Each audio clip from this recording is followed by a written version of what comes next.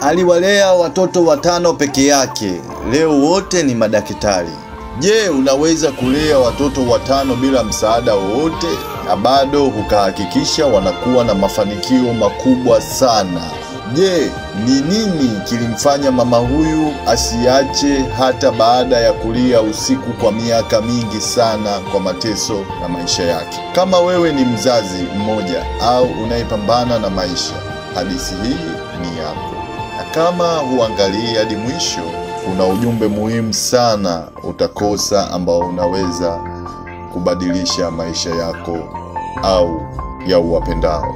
Bofya like, na kama wewe ni mzazi au umelelewa na mzazi mmoja, acha komenti ya moyo kwa ajili yao. Imani yako kwao inaweza kuwa zawadi kubwa sana unayowapa leo. Huyu mama aliitwa Mama Lucy.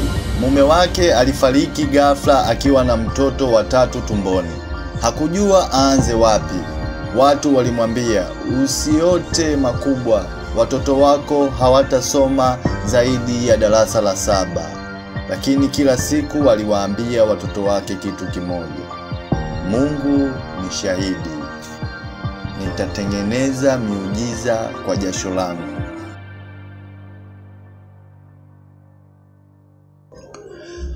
Mama huyu alikuwa anaamka saa 11 kila siku. Alikuwa analima, alikuwa anauza viazi, na wakati mwingine alilala bila kula kabisa.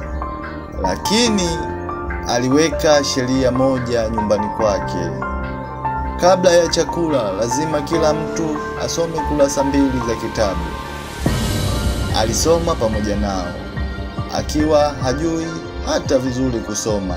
Aliamini watoto wangu watafika mbali hata kama mimi sikufika.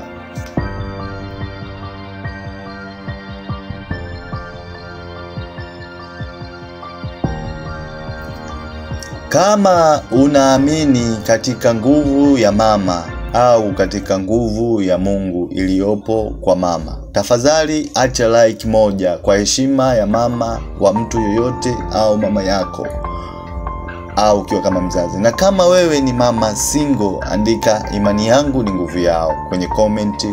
Huo ujumbe wako unaweza kuwa baraka kubwa sana kwa familia yako, hata kwako wewe mwenyewe, maana kila kitu inabebwa na imani.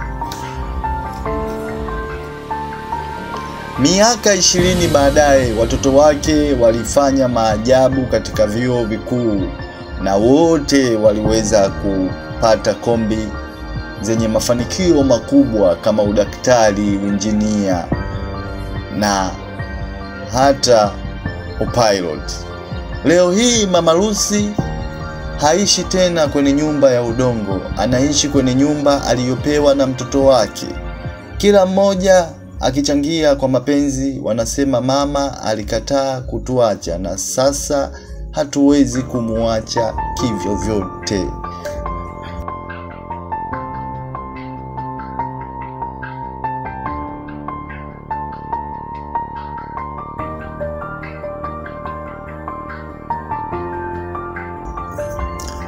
Kama unampenda mama yako au una ndoto kubwa kwa familia yako, usikate tamaa. Miujiza bado hutokea sana hata kwa watu wa kawaida kabisa, na wanaweza kuwa na mafanikio makubwa kwa imani au upendo. Subscribe kwa hadithi zaidi zenye kutia moyo kama hii, na kumbuka, mafanikio huanza na moyo wenye imani. Weka kopa, weka love, toa ujumbe wowote. Asante sana.